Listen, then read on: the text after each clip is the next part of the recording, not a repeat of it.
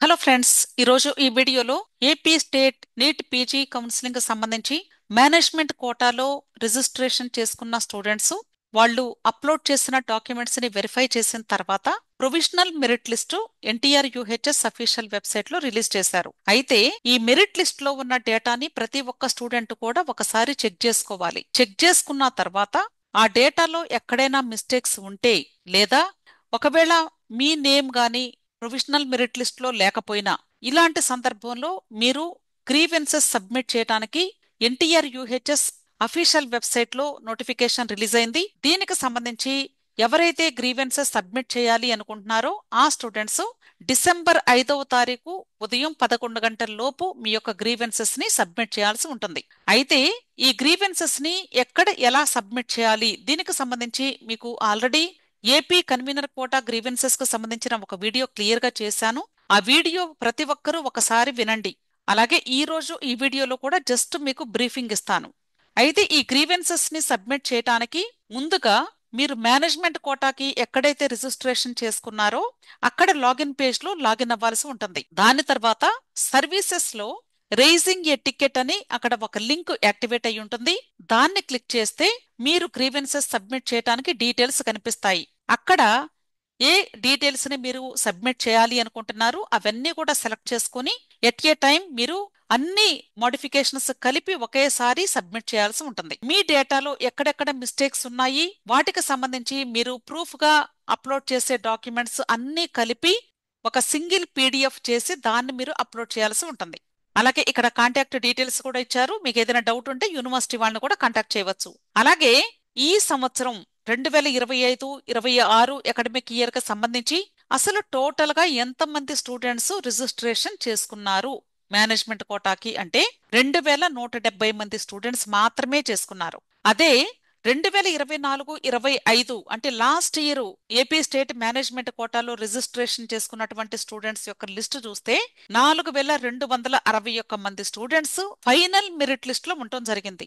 అంటే last year కి ఈ ఇయర్ కి ఈ సంవత్సరం 50% తక్కువ మంది స్టూడెంట్స్ లాస్ట్ ఇయర్ కంటే కూడా అప్లై చేసుకోవడం జరిగింది. సో ఈ సంవత్సరం అప్లై చేసుకున్న స్టూడెంట్స్ కి సీట్ వచ్చే అవకాశాలు చాలా ఎక్కువగా ఉంటాయి. ఎందుకంటే ఈ సంవత్సరం నంబర్ ఆఫ్ సీట్స్ కూడా ఇంక్రీజ్ చేశారు కాలేజెస్ లో.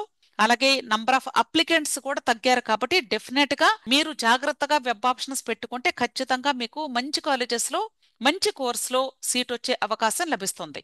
అర్థమైంది కదా? అయితే ఇప్పుడు ఈ ప్రొవిజనల్ మెరిట్ లిస్ట్ ఎలా చెక్ చేసుకోవాలి అనేది ఒకసారి చూద్దాము. నేను ఇక్కడ స్టూడెంట్ నేమ్స్, రోల్ నెంబరు ఇవేమీ కూడా పెట్టలేదండి. కేవలము అంటే స్టూడెంట్ కి సంబంధించిన డీటెయిల్స్ ఎలా ఉంటాయి వాటిని ఎలా చెక్ చేసుకోవాలి అనేది మాత్రమే చూపిస్తూ ఉన్నాను. ఇక్కడ మెయిన్ మీరు చెక్ చేసుకోవాల్సింది జెండర్, కేటగిరీ, ఏరియా, ముస్లిం మైనారిటీ, అలాగే S1, S2, S3 ఇలా డిఫరెంట్ కాలమ్స్ లో ఉన్నాయి. జెండర్ అంటే మేల్ ఆర్ ఫీమేల్. మీరు అప్లికేషన్ పెట్టినప్పుడు మీరు కరెక్ట్ గా ఇచ్చారా లేదనేది ఇక్కడ మీకు కనిపిస్తుంది. మీ జెండర్ కరెక్ట్ అయితే నో ప్రాబ్లం. ఒకవేళ జెండర్ లో ఏదైనా మిస్టేక్ ఉందేమో ప్రతి ఒక్కరూ చెక్ చేసుకోవాలి.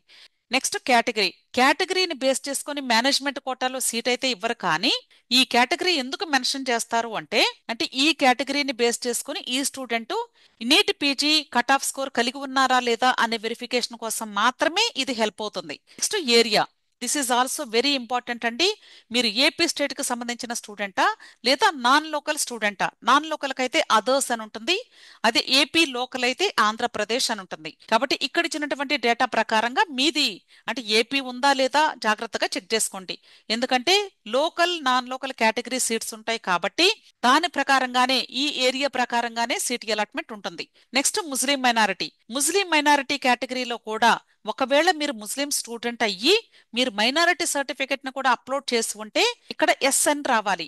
SN రాలేదు అంటే మీరు తప్పనిసరిగా గ్రీవెన్సెస్ లో ఆ పాయింట్ మెన్షన్ చెయ్యాలి. అర్థమైంది కదా? Next S1. S1 అంటే బి కేటగిరీ సీట్స్ అని. బి కేటగిరీలో 2 టైప్స్ ఆఫ్ సీట్స్ ఉంటాయి. S1A, S1B. S1A అంటే నాన్ లోకల్ కేటగిరీ స్టూడెంట్స్ కి, అలాగే S1B అంటే లోకల్ కేటగిరీ స్టూడెంట్స్. అంటే ఒకవేళ స్టూడెంట్ గాని S1A కేటగిరీలో పార్టిసిపేట్ చేస్తూ ఉంటే ఎస్ అని ఇక్కడ హైలైట్ అవ్వాలి. అలాగే ఇక్కడ మీరు గమనించినట్లయితే ఇక్కడ ఫస్ట్ స్టూడెంట్ కి S1A లో ఎస్ ఉంది, S1B లో కూడా ఎస్ ఉంది. అంటే మీనింగ్ ఏంటి?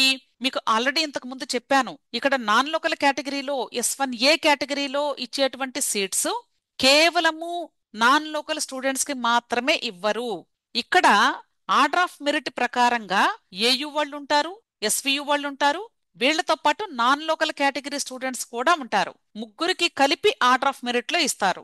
అంతేగాని ఇక్కడ S1A కేటగిరీ అంటే కేవలము అదర్స్ కి మాత్రమే ఇవ్వరు, గుర్తుంచుకోండి. అందుకనే లోకల్ స్టూడెంట్స్ ఆంధ్రప్రదేశ్ అని ఉన్న ప్రతి ఒక్క స్టూడెంట్ కి కూడా ఇక్కడ బోత్ ఎస్ అని ఉంటుంది. అదే అదర్స్ ఉంటే ఇక్కడ ఓన్లీ ఎస్ అని S1A కింద ఉంటుంది, S1B క్రింద మీకు నో అని ఉంటుంది. అర్థమైంది కదా. Next NRI quota. NRI documents ని మీరు ప్రాపర్ గా అప్లోడ్ చేసి ఉంటే అవన్నీ కూడా అంటే వాళ్ళు వెరిఫికేషన్ చేసిన తర్వాత అన్ని సరిగా ఉంటే ఎస్ అని ఉంటుంది, లేకపోతే నో అని ఇస్తారు. లేదా అసలు మీరు లేదా ఎన్ఆర్ఐ కేటగిరీలో పార్టిసిపేట్ చేయకపోతే నో అని ఉంటుంది. అర్థమైంది కదా. నెక్స్ట్ ఇక్కడ S2 కి సంబంధించి రిమార్క్స్ కూడా ఇచ్చారు. ఇక్కడ కొద్దిమంది స్టూడెంట్స్ అంటే ఎన్ఆర్ఐ కేటగిరీలో అప్లై చేసుకుంటారు, కాకపోతే వాళ్ళ యొక్క డాక్యుమెంట్స్ ని ప్రాపర్ గా అప్లోడ్ చేసి ఉండకపోవచ్చు. కాకపోతే ఎన్ఆర్ఐ డాక్యుమెంట్స్ ని అప్లోడ్ చేయకపోయినంత మాత్రాన ఈ స్టూడెంట్ కంప్లీట్ గా మేనేజ్మెంట్ కోటా లిస్టులో ఉండరా అంటే ఖచ్చితంగా ఉంటారు. ఎందుకంటే ఈ స్టూడెంట్ ఇక్కడ S1A కేటగిరీలో ఎస్ అని ఉంది అంటే non local category student. So ఈ స్టూడెంట్ బి కేటగిరీకి పార్టిసిపేట్ చేయవచ్చు. కాకపోతే ఎన్ఆర్ఐ కేటగిరీలో పార్టిసిపేట్ చేసే ఎలిజిబిలిటీ అయితే ఈ స్టూడెంట్ ఉండదు, ఎందుకంటే సపోర్టింగ్ డాక్యుమెంట్స్ వాళ్ళు సబ్మిట్ చేయలేదు కాబట్టి. అర్థమైంది కదా. అలాగే ఇక్కడ S3 అంటే ఇన్స్టిట్యూషనల్ కోటా. ఇన్స్టిట్యూషనల్ కోటా అంటే ఎవరైతే ఇన్స్టిట్యూషనల్ కోటాలో అప్లై చేసుకున్నారో ఆ స్టూడెంట్స్ ఏ కాలేజ్ నుండి అయితే స్పాన్సర్ చేయబడుతూ ఉన్నారో అక్కడి నుండి మీరు సర్టిఫికెట్ తీసుకుని దాన్ని అప్లోడ్ చేయాల్సి ఉంటుంది. అది కానీ మీరు అప్లోడ్ చేసి ఉండకపోతే ఇన్స్టిట్యూషనల్ కోటాలో అయితే పార్టిసిపేట్ చేయలేరు, కానీ మీరు ఖచ్చితంగా ఇక్కడ బి కేటగిరీకి పార్టిసిపేట్ చేయవచ్చు. ఈ స్టూడెంట్ ఎన్ఆర్ఐ డాక్యుమెంట్స్ కూడా పెట్టుకున్నారు కాబట్టి ఎన్ఆర్ఐ కేటగిరీలో కూడా పార్టిసిపేట్ చేసే అవకాశం ఉంది. అర్థమైంది కదా. నెక్స్ట్ అలాగే ఇక్కడ ఇంకొక రిమార్క్ చూసినట్లయితే not eligible for S2 as not uploaded green card, citizenship card, passport issued by the respective foreign country అన్నారు. ఇక్కడ ప్రాపర్ గా అప్లోడ్ చేయలేదు కాబట్టి ఈ స్టూడెంట్ కేవలము బి కేటగిరీలో మాత్రమే పార్టిసిపేట్ చేసే అవకాశం ఉంది. అర్థమైంది కదా. ఇక్కడ మెయిన్ మీరు చేయవలసింది మీకు సంబంధించిన ప్రతి ఒక్క డేటా కూడా ప్రాపర్ గా ఉందా లేదా అనేది చెక్ చేసుకోండి. ఇప్పుడు ఈ రిమార్క్స్ లో ఇక్కడ వీళ్ళు ప్రాపర్ గా సబ్మిట్ చేయలేదు అని ఇచ్చారు కదా. ఇప్పుడు మీ దగ్గర డాక్యుమెంట్స్ ఉన్నాయి అనుకోండి, ఇప్పుడైనా మీరు సబ్మిట్ చేసుకోవచ్చు, ప్రాబ్లం ఏమి లేదు. గ్రీవెన్సెస్ సబ్మిట్ చేసేటప్పుడు మీరు ఎన్ఆర్ఐ డాక్యుమెంట్స్ లేదా ఇన్స్టిట్యూషనల్ కోటాకు సంబంధించినటువంటి డాక్యుమెంట్స్ లేదా పెండింగ్ ఉన్నటువంటి డాక్యుమెంట్స్ వీటిని ఇప్పుడైనా సరే మీరు గ్రీవెన్సెస్ కి సబ్మిట్ చేస్తే వాళ్ళు యాక్సెప్ట్ చేసి ఫైనల్ మెరిట్ లిస్ట్ లో మీకు అప్పుడు ఎన్ఆర్ఐ కేటగిరీలో లేదా ఇన్స్టిట్యూషనల్ కోటాలో ఎలిజిబిలిటీ ఇస్తారు. అర్థమైంది కదా. సో ఇది కేవలము ప్రొవిజనల్ మెరిట్ లిస్ట్ మాత్రమే కాబట్టి మీకు ఇది చిట్ట చివరి అవకాశం. అర్థమైందా. అలాగే ఇప్పుడు గ్రీవెన్సెస్ ఎలా సబ్మిట్ చేయాలి.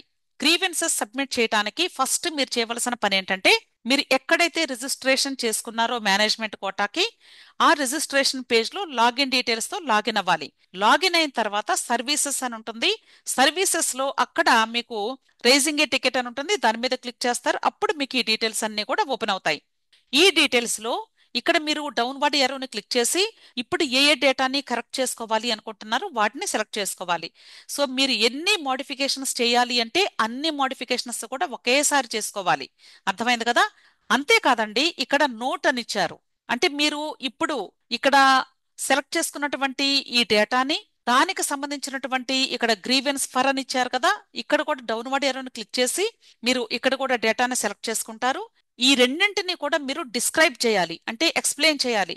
మేము అప్లికేషన్ ఫిల్లింగ్ అప్పుడు ప్రాపర్ గానే చేశాము, కానీ ఇప్పుడు అంటే మాకు ఈ ప్రొవిజనల్ మెరిట్ లిస్ట్ లో ప్రాపర్ గా లేదు మా డేటా, కాబట్టి ఇప్పుడు అప్లై చేస్తున్నాం అనేది జస్ట్ బ్రీఫ్ గా ఒక పారాగ్రాఫ్ రాస్తే సరిపోతుంది. ఈ గ్రీవెన్సెస్ అన్నింటికి కలిపి సపోర్టింగ్ డాక్యుమెంట్స్ ఏమైతే మీరు సబ్మిట్ చేయబోతూ ఉన్నారో అవన్నీ కలిపి సింగిల్ PDF చేయాలి. అంటే మెర్జ్ చేసి సింగిల్ PDF చేసి దాన్ని ఇక్కడ చూస్ ఫైల్స్ మీద క్లిక్ చేసి సబ్మిట్ చేయాలి. అర్థమైంది కదా.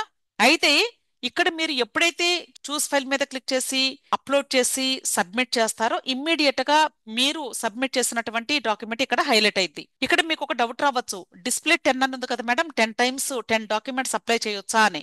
లేదండి, ఇదేంటంటే ఒకవేళ ఇప్పుడు మీరు గ్రీవెన్సెస్ కి సబ్మిట్ చేసిన తర్వాత యూనివర్సిటీ వాళ్ళు చెక్ చేసి లేదు మీరు మరలా తప్పు చేశారు, ఇంకొక చిన్న అవకాశం ఇస్తున్నాము, ఒకవేళ చేసుకోగలిగితే ఈ టైంలోగా చేసుకోండి అని కానీ మీకు అవకాశం ఇస్తే అప్పుడు రెండోసారి సబ్మిట్ చేసినప్పుడు ఇక్కడ సెకండ్ లైన్ లో హైలైట్ అయింది. అంతేగాని ఇక్కడ మీరు 10 టైమ్స్ మీరు ఈ గ్రీవెన్సెస్ సబ్మిట్ చేయొచ్చు అని కాదు అర్థం. అర్థమైంది కదా? ఇది వెరీ రేర్ అండి. కానీ మీరు మరలా అవకాశం ఉండదు అనే గ్రహించి ఒకసారి మాత్రమే జాగ్రత్తగా చేసుకుంటే మంచిది. ఎవరైతే ఇప్పుడు గ్రీవెన్సెస్ సబ్మిట్ చేయాలి అనుకుంటున్నారో ఆ స్టూడెంట్స్ డిసెంబర్ 5వ తారీఖు ఉదయం 11 గంటల్లోగా మీరు సబ్మిట్ చేయాల్సి ఉంటుంది. ఈ డేట్ అండ్ టైం కంప్లీట్ అయిపోయిన వెంటనే మీకు ఒక 1 డే తర్వాత మీకు ఫైనల్ మెరిట్ లిస్ట్ రిలీజ్ చేస్తారు. ఫైనల్ మెరిట్ లిస్ట్ రిలీజ్ చేసిన వెంటనే మీకు వెబ్ ఆప్షన్స్ నోటిఫికేషన్ రిలీజ్ అయింది. అర్థమైంది కదా? సో ప్రతి ఒక్కరు కూడా మీరు తప్పనిసరిగా ఇన్ టైంలో ప్రాసెస్ చేసుకోండి. మీకు ఇంకా ఏదైనా డౌట్స్ ఉంటే వీడియో క్రింద కమెంట్ సెక్షన్లో కమెంట్ చేయండి. అలాగే టెలిగ్రామ్ గ్రూప్లో జాయిన్ అయినట్లయితే మీకు ఎప్పుడు ఏ డౌట్ వచ్చినా ఇన్స్టెంట్గా క్లారిఫై చేసుకునే అవకాశం లభిస్తుంది. విష్ ఆల్ ది బెస్ట్ అండి. వీడియో నచ్చితే లైక్ చేయండి, మీ ఫ్రెండ్స్ కూడా షేర్ చేయండి. అలాగే నా ఛానల్ తప్పకుండా సబ్స్క్రైబ్ చేసుకోండి. Thank you.